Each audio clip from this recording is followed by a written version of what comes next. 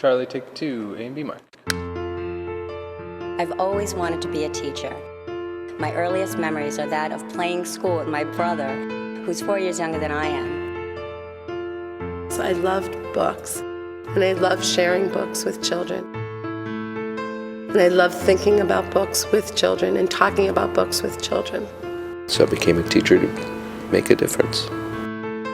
I started out as a high school English teacher in Buffalo, New York, during the turbulent 60s and 70s. Life in those days seemed a little simpler. I wanted to become a teacher so I could make a difference and change the world.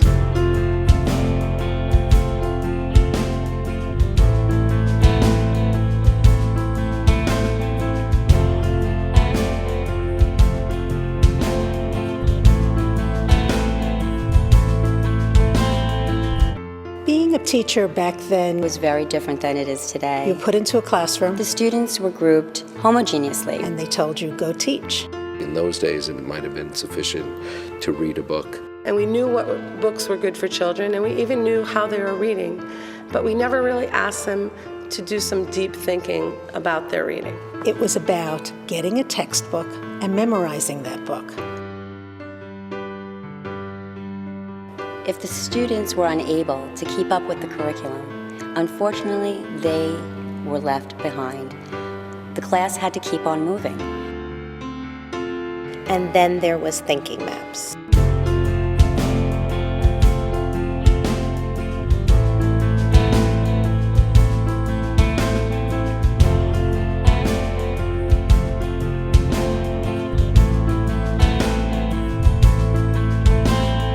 Typically, people think that students who speak another language need a watered-down curriculum or a simpler curriculum because they don't speak English. The largest group of English language learners are the Hispanic population.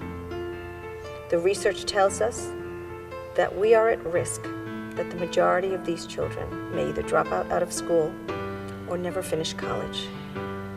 That is a huge problem for this country. It behooves all of us in education to look at this population, the largest minority group of this nation, to make sure that they are great thinkers, major contributors, articulate, and capable.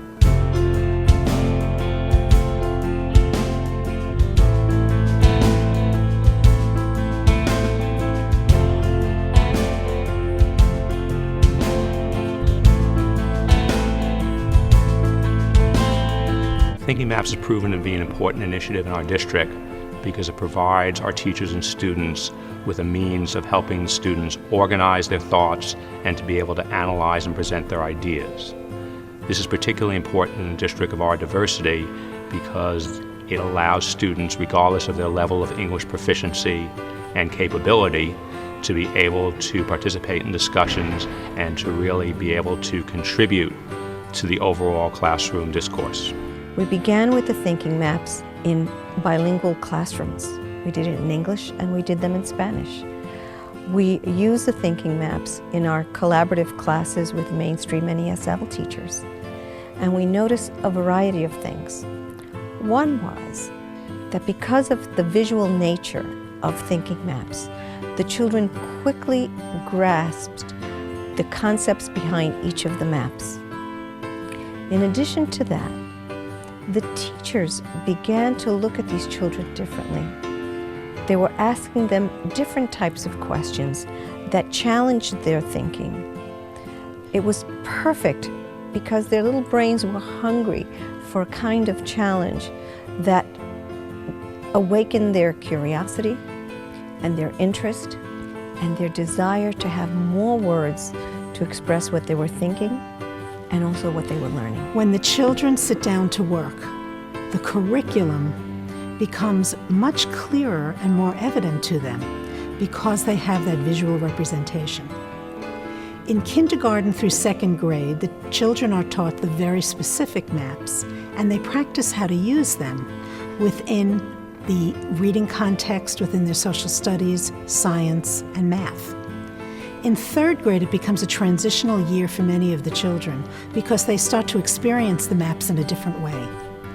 They're able to really analyze the topic that they're learning and start to think about which maps they're going to use and why. We find that the discussions become very deep, and the children take their thoughts, talk about what their findings are, and then begin to write. We found that the children all of a sudden are using language in a deeper and more meaningful way. What was fortuitous was that thinking maps brought to our teachers and our students a metaphor for understanding deep cortical thought processes, so that students are not just passive recipients of knowledge.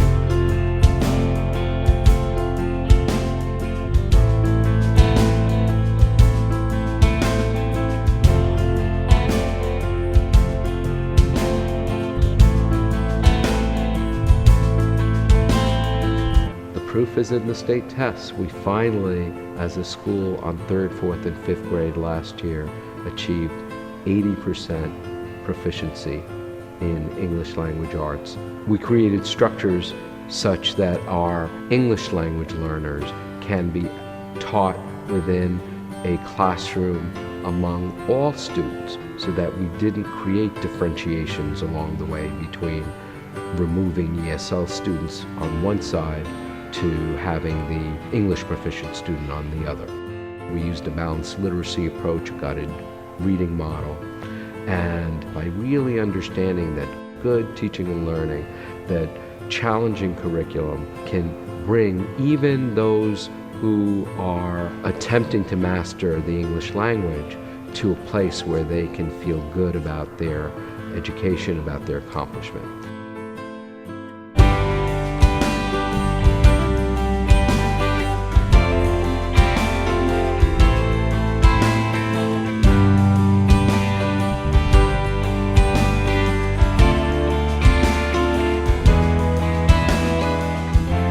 Always remember, a child is not a test score. A literate citizenry is just a citizenry that can read. It is not a citizenry that can think.